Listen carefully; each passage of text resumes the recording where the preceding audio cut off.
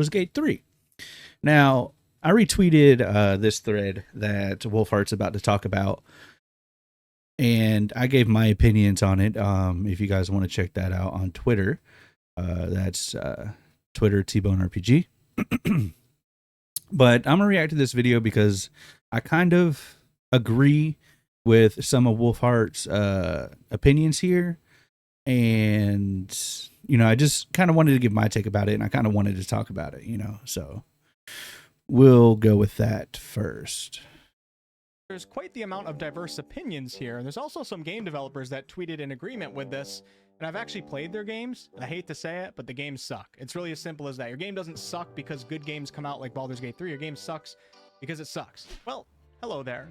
I have two topics of discussion today, both of which seem to be making waves around the internet, as everyone certainly has their own opinions. Ooh. The good thing is that Baldur's Gate 3 is being talked about by many, and as a game that kind of falls into that CRPG genre, which is part of the RPG genre, of course, but CRPGs tend to be a bit more niche than more general RPGs such as The Witcher and Elder Scrolls. Yeah, this is music to my ears because I would love this genre to keep growing, and I think Larian Studios is definitely raising the bar. You guys will understand why I said that here in a second. But before we talk about raising the bar, the first topic of discussion that I wanted to get out of the way, and I'm going to be very careful with my choice of words here, as I am familiar with getting age restricted on YouTube, which sucks. That's basically like going to work and then not getting paid for your work. We're going to talk about bears and wild shape and romance. Those of you guys that watched the most recent panel from Hell, or those of you guys that have just been that was funny, the gaming news headlines, in Baldur's Gate 3, when you wild shape, okay, what happened was there's a druid in Baldur's Gate 3 that was having a love scene, and they ended up wild shaping, and then trying to go back into their elf form and apologize to their romance partner, because it's just natural to wild shape when you're a druid. When you're in the moment, it's just. I mean, it's world building, okay? It's an RPG. It's very lore heavy. I mean, it's immersive. So yes, it kind of makes sense. Like, if he got mad, of course he would wild shape uncontrollably if he got mad enough. And if he got passionate enough, of course he would wild shape. But I don't think they showed the scene anyway. So I mean, it's kind of minute. I just think it's funny. People getting upset about it, it's kind of ridiculous. It's a video game. Nobody's supporting furries or whatever or not, or saying you have to do that. So natural, you just turn into things, and then the partner Astarion said yes to it. Now this clearly upset many people, while other people thought it was funny. I thought it was and hilarious. People just didn't really care. So wherever you fall on that spectrum, I think it's perfectly fine, because humor is subjective. And even though, when you think about it, if you were a druid, I guess it would make sense that, like, any really emotional type scenes that you're involved with, that maybe the risk of wild shaping is an actual thing. Like, lore-wise, that actually does make sense. I guess the problem here is Astarion said yes to it. But then you think about it and you're like, you know what? They're in a fantasy world. Astarion's an elf. There's crazy crap. I mean, you think about it, it's fantastic world building and storytelling. It's no different than, say, Dragonborn in a romance scene with, Karlach, who's a tiefling, who's a demon person. Like, what's the difference, Crap happens in fantasy worlds, okay? So now there was a few comments of people saying they're never going to play the game or whatever because of that, because Larian supports whatever, which of course I don't think Larian supports that. It's just humor, and then of course you have the little squirrel dropping the nut right after, which shows that it's humor, and you can't actually watch the scene take place. This is just something that Larian decided to do, whether for marketing reasons or humor or whatever, but it definitely worked because everybody's talking about it. And if you are someone that says you're not going to play the game because of that, I want you to look this bear straight in the eyes right now, and you say it to that bear's face. No, but seriously, if you're someone that doesn't want anything to do with that type of content, which is understandable, you never have to experience it in Baldur's Gate 3, because the way you play the game is up to you. There's also filters for certain things. And also just note, if you are someone that thinks it's funny, you don't get to see the scene. Like what we saw in the panel from Hell is all that you get to see for a scene like that. So that makes sense. Full on. You guys get what I'm saying. What I'm trying to say here is, however you feel about this, I think it's perfectly fine. I don't think anybody can tell you that it is funny or that it's not funny. whatever. What I do want to say is people that do find the humor in it, they don't support that, meaning they don't support the actual act of it IRL. That's the reason why it's funny, is because it's so ridiculous and it's so silly and stupid and so far from what we would actually be okay with. That's why it can be funny. And then Larry Right, put in it's the comedy. swirl scene, etc. I was in the audience sitting next to Cass from Fexter Life, and it was a little bit of a weird moment. I'm not gonna lie. While we're both sitting there watching it, but then afterwards, you know, I felt some humor in it, and I was thinking to myself, if I'm hanging out with all my buddies, like somebody would absolutely drop a joke that deals with something like that once in a while, and we all would probably laugh just because of how ridiculous it is. So that's all It was I wanted probably to talk about unbearable with this particular topic. Let's move on to the next topic. But actually, I lied to you because I do want to just point out that nobody seems to be making a big deal out of Dragonborn romances. It's kind of the same thing, you know? Right. Now, this next topic is what I really wanted to make the video on, because I don't want to say I felt personally attacked, because I don't feel personally attacked. I think the people that tweeted this and the people that agreed with it and quote tweeted it in agreement, etc., I think they have their own perspective, and they're probably, you know, they're speaking the truth from many different angles. But I also think this was poorly written and not a good idea for game developers to tweet this out, because it definitely comes off as a bit salty, and it doesn't give consumers like myself. I didn't know he was a game developer. That makes this even worse, because like, why are you jealous on what another studio can do? It's a free market. So if they can set the bar this high and you can't, then, you know, as long as you're doing the best you're going to do and it's a good game, people are going to buy the game. If you got the resources to do something just as good and you don't do just as good and your game doesn't sell, well, that's on you, homie, not on the studio that can and that pushes and that innovates. A lot of confidence in the future of some of these gaming companies. So the owner of a studio called Strange Scaffold, and clearly this guy has been quite successful in the gaming industry, followed by a lot of big names in the gaming industry. I mean, Twitter followers don't really mean much, but clearly he's done some things. I don't know much about his games or anything like that, but successful guy, and I would also probably say an intelligent guy as well. But he tweeted out the other day, and the only reason why I'm even showing his name is because he does seem like a prominent figure in the gaming industry, and he put this out publicly. So I think we have the right to discuss it publicly. But with that said, yeah, it's his opinion towards this guy. I agree. You want to talk about things that he said or what any of the other game developers said, because as you guys noticed here, there's a lot of quote tweets. You do it respectfully and you have a discussion on it. Okay. If I see anything along the lines of, you know, insults or anything like that, I will be deleting those comments right away, and I'll even consider banning you from this community. Okay. But he tweeted out, that makes like sense. A lot of people, I'm deeply excited about what the lovely folks at Larian accomplished with Baldur's Gate 3. But there's already a little bit of a shaky start here. It's kind of like, you know, when someone says, I'm not something, followed by but, and then followed by something that kind of shows that they are that something. A little bit of a shaky start for this tweet. I can see that. I want to gently, preemptively push back against players taking that excitement and using it to apply criticism or a raised standard to RPGs going forward. And the reason why I said I'd take it personally, even though this guy has no idea who I am probably, is because I've been in the BG3 community for quite a while now, and I've been pushing the idea, after all my experience with early access, that Larian Studios is raising the standard and the bar of the RPG industry. As it should. I guess I look at that as a good thing, but apparently not everybody does. But let's take a look at the next tweet. You can't separate a game from the process used to build it. So let's look at what Larian is taking into the development and final version of this game. So going back to this, first of all, Baldur's Gate 3, if it turns out the way that we suspect it will, and a lot of people have a pretty good feel for it as we put a lot of time into early access. Early access alone is already better than a lot of full games out there. Baldur's Gate 3 is raising the standard of the RPG industry, whether you like it or not. It doesn't matter if you don't want it to, or you're scared that it's going to make other games look worse. This is just the fact of the matter. Now, the key thing to think about here, is it raising the standard for small indie projects, or is it raising the standard for AAA games? Personally, I think it's raising the standard for both, but I have to agree here. Now, AAA games, it's really no excuse. Now, they take 5, 6, 7 years to make a game, and then it turns out like shit. You have no excuse. You have the resources, you have the development staff, you have the time put into it. What are you doing with that time, development, and money? You know? Or if it's like really bare bones, that just doesn't make sense. Now, with Larian, they're not even a AAA company. They are still a AA company. they grew to the size of close to, but they're still indie. They still self-develop and, did this game. So there's no backer behind them. They raised the funds on their goodwill, on their ability as a development studio.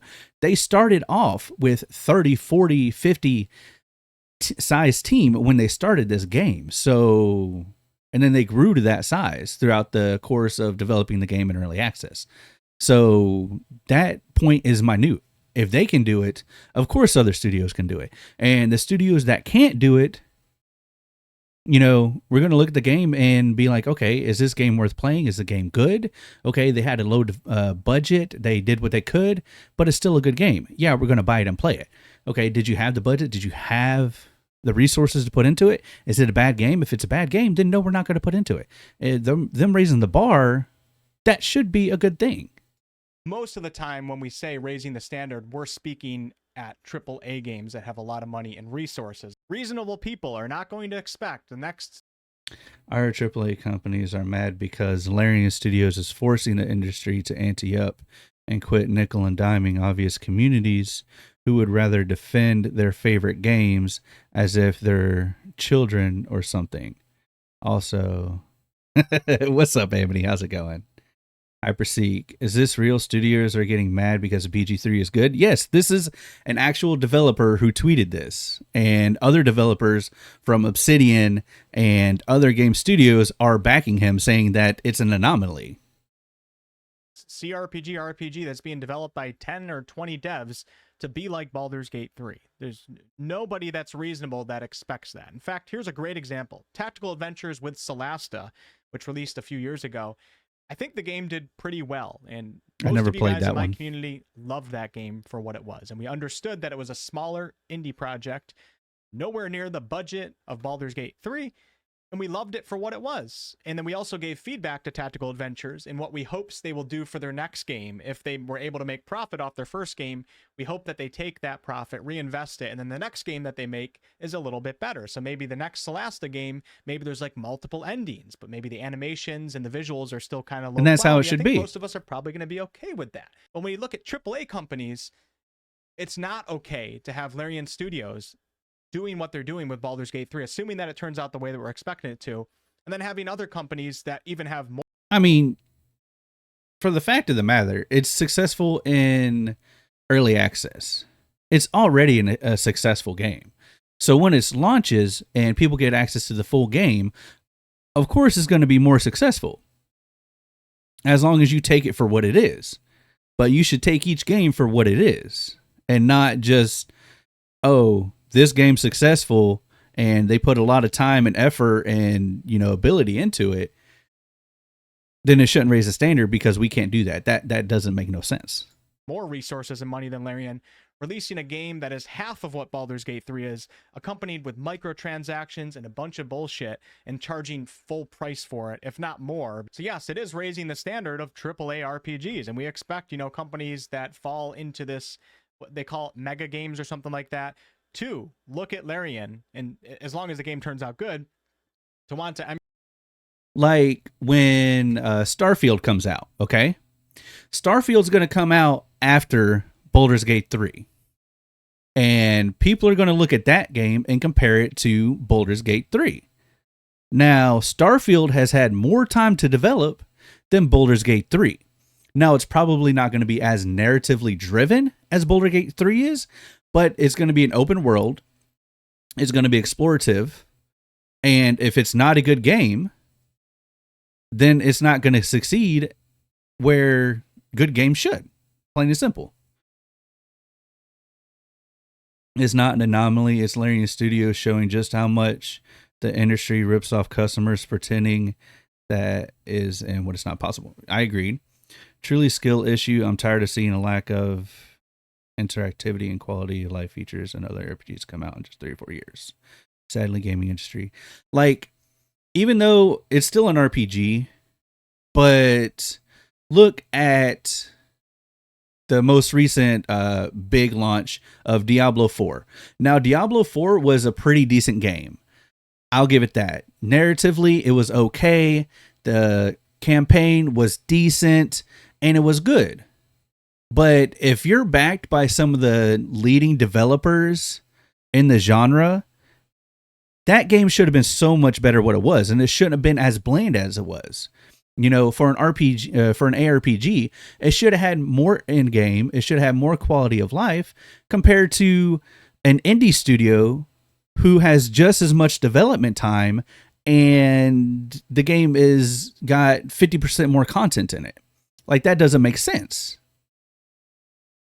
Emulate that to a certain degree. So CD Projekt Red, your next game, you better, do good with your RPG, The Witcher or whatever, because we are going to be weighing it against other games like Baldur's Gate 3. Competition is good from a consumer's perspective. We hope that these companies compete with each other to a certain extent, and they work off of each other, and they try to keep improving, and therefore we get better and cooler games the more years that go on. Before we continue, let me just say that there is truth behind this too, and I understand developers' concerns. There are going to be some gamers that play a game like BG3 and then they play an indie game and they're like, I can't play this. I mean, Larian is technically independent, so they fall into that category too. But you guys get what I'm saying. They're going to play a smaller game made by 10 devs and just think that it's garbage because they just got done playing with BG3. Well, guess what? That's just how it works. There's Yeah, that's the market. about that. I hate to tell you. It's not like this is the first amazing game that's ever come out. I mean, The Witcher was pretty amazing when it came out, and the RPG industry didn't die, and all the small companies did not die because of The Witcher. Now, the next part of this tweet lists out the reasons why BG3 and Larian were able to create such a massive project. Development cycle stretching back to 2017, 2 massive games and their definitive editions, worth of tech and institutional knowledge to draw from, so we're talking about the Divinity series. Super successful early access period lasting 3 years, providing crucial community feedback, bug hunting, and cash flow. Over 400 developers in 7 different offices around the world, not including outsourcing partners. Now, it's important to note, Larian didn't start with 400 at the start of this project. Throughout the course of early access and the game's development, Larian kept expanding. So they're basically saying that because they took the time to develop it and put care into it, because they were successful in the past with 2 massive games, and they were successful in early access because they listened to the community and they actually took what the community had to say and implemented it into the game. And they grew to a mega size because of that. And then they had the licensing, which took them a while to get, and they didn't get it first. That's the reason that doesn't make sense to me. This is let me look for the words I'm trying to think of. This is a result of years of hard work, dedication, and listening to the fan base from Larian's side. Look at Divinity. Look at Divinity Original Sin. Look at Divinity Original Sin 2. All those were either early access or crowdfunded. And their development style, their development ethic, and their community built those games up to be successful. So if you can't do that, then that's your fault, not theirs. I remember when they had like 50. You know what happens next, though? After successful BG3, Larian Studios will get large offer from Tencent or Microsoft, fill in the blanks, Advantage, and before Larian Studios ends up. Actually, there's actually an interview from Sven, the director of Larian Studios, and he's actually said after Baldur's Gate 3, they're going to consolidate their studio. They're actually going to downsize because there's a lot of pushback from the dev team that they grew too big while in development of this game. They grew to the size. Now, this is his words, not mine. They grew to the size that they needed to get Baldur's Gate 3 out, but now they're going to consolidate after that to go back to being a smaller studio, because being a smaller studio is where they do their best work. That's cool, in my opinion. It sucks for the people who are on the team, but if you do your best work as a studio, as a smaller studio, then do what you got to do to put out good games and make money. It's a business after all. People, and then they announced that they had 150, and now they're at 400, however many years later in the game's development. So this didn't just happen. They didn't just start with 400. The licensed brand in the world of one of the largest entertainment IPs in the world, D&D, at the apex of its popularity with the rise of the actual play movement in a movie. I don't really like this point right here, even though it's true.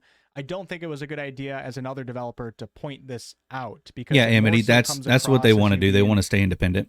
a little bit salty and saying that Larian got There's an interview to where he actually talks about how they almost shut down as a studio before making Divinity Original Sin because they wanted to stay independent, and they did what they could to make, you know, Divinity Original Sin. It was like their Hail Mary, and it ended up being successful, and that's what kept them alive as a studio.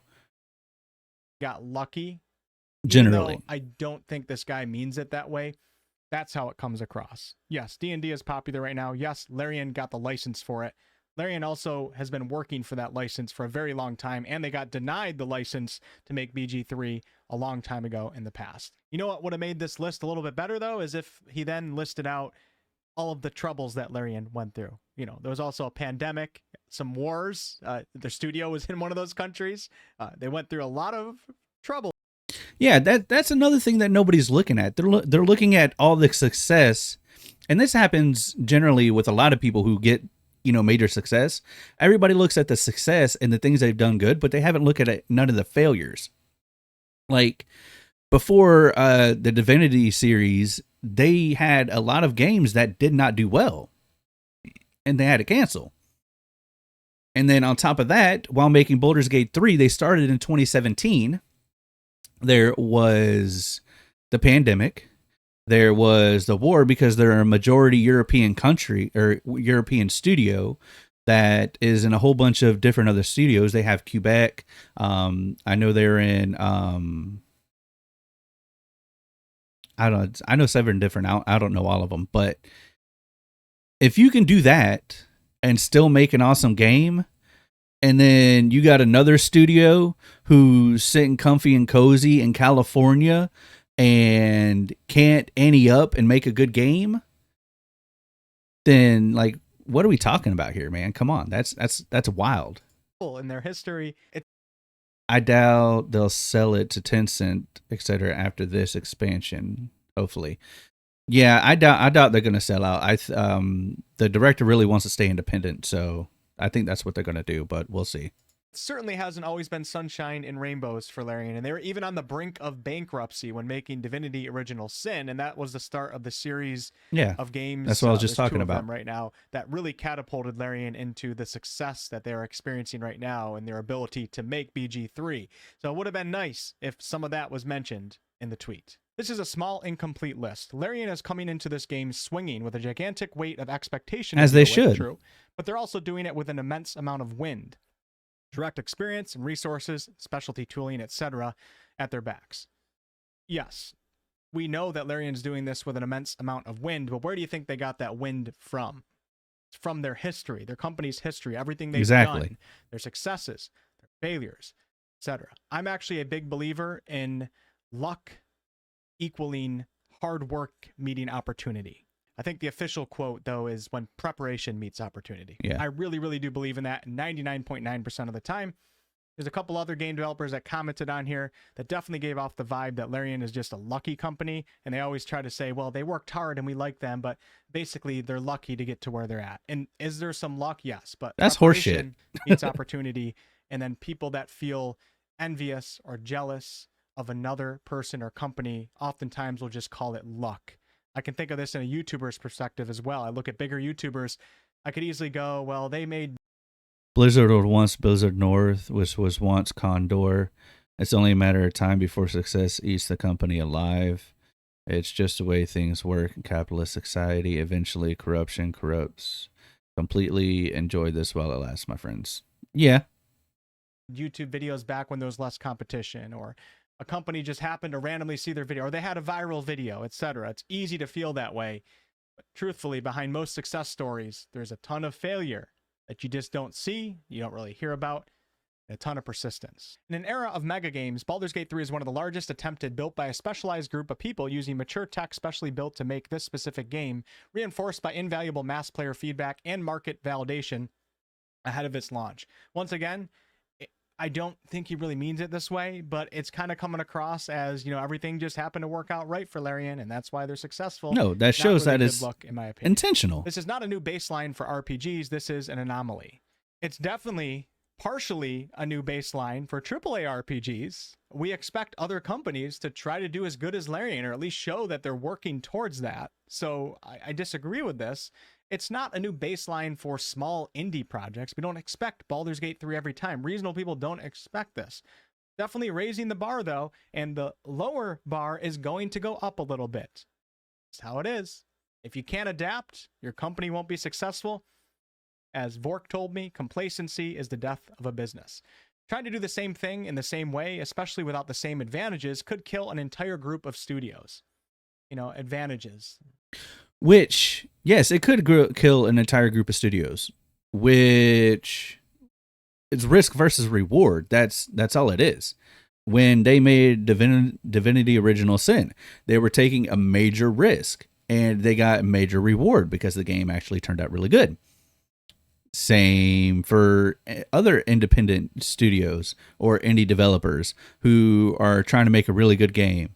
And to be honest, the market for games right now is open to anybody who is decent at development. Like, the resources you get are well better than they were probably about 10, 15 years ago. So there's a mass market of people who can make a good game with a small budget and still be successful. So that just luck. That's the kind of the feeling I get from this. Okay, if they go as big or bigger with their next title, Larian themselves could die. That's the risk and reward of the That's mega true. game. We're an industry dangling elephants over cliffs. Look at pointing BioWare. the ones that don't collapse under their own weight as indictments to the ones that do. So please celebrate the achievement represented by Baldur's Gate 3. It looks like a massive amount of effort is about to pay off in a big way for one of the brightest voices in the medium. But there's that word again. If you shout that every RPG should be like this going forward, you have all right. Nobody's going to be like, every single game that I play better be to the level of Baldur's Gate 3, or I'm just not going to play your game. That's not realistic. There are going to be people who are, trolls, or people who just don't get it, but they're not going to buy the games anyway. So why does it matter? This is ridiculous. To say every RPG should be like this going forward, you have no excuse. That's just unrealistic. Make the best game you can, and then the market's going to decide whether it's successful or not. No excuse. You've not just missed the point. You've created the expectations and conditions to ensure your favorite creators may never be able to give you the thing you love ever again. This is nothing new. I don't get why this was ever tweeted in the first place. New RPGs come, they raise the bar, they make us all want more, and then smaller companies strive to be bigger, while bigger companies are held to higher expectations. Right. So overall, I just don't like this tweet because of the way that it's it was a free worded. market. I think there's truths behind it, and I understand that he's coming from a different perspective than I am, and I am just not all-knowing. I don't know everything about game development, etc.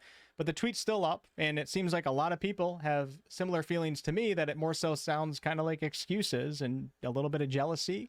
We keep saying, oh, we love Larian, but everything just happened to work out for them, so we're never going to be able to create a game like that. Doesn't really inspire confidence in your future projects, is what I'm saying. Even if it's realistic to not expect to be Larian, you should be congratulating them and striving to be like that. There's a lot of YouTubers in the industry that I know I'll never be as big as them, but I strive to do what they did. And if I make it even halfway, I'm happy. And I also know that people will understand that I can't necessarily be Mr. Beast. I don't have those resources, but I'm going to strive to keep increasing the quality of my content, etc. Now let's take a quick look at a few of the quote tweets here. As you can see, there's quite the amount of diverse opinions here. And there's also some game developers that tweeted in agreement with this.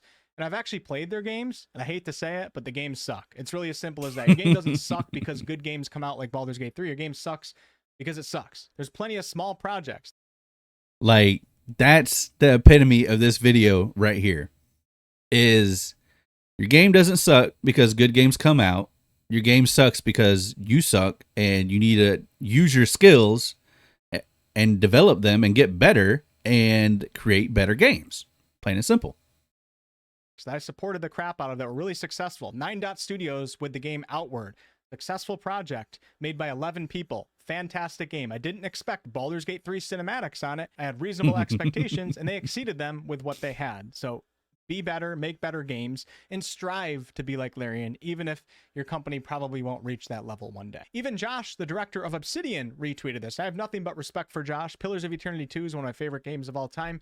And Pentiment is a really cool game too. I didn't play it, but I know a lot of people that played it. I looked at some gameplay. Really interesting, cool project. Josh tweeted, great thread. The conditions under which BG3 was made are atypical. This is no way a slight against the game or the people working on it who are clearly passionate and talented. Atypical, once again. Now, it's kind of irks me that, Obsidian is saying stuff like this because they've had their games to where they've knocked it out of the park, but they've also had really shit games as well. And they were bad because they were bad, Now, I know some of their games they tried to explore and do little different things and passion projects and stuff like that. That's fine. Sometimes those can come out and be really big, or they're just not for everybody. That's completely different than putting your heart and soul into your game and it's still not being successful. Then that's just, how it is.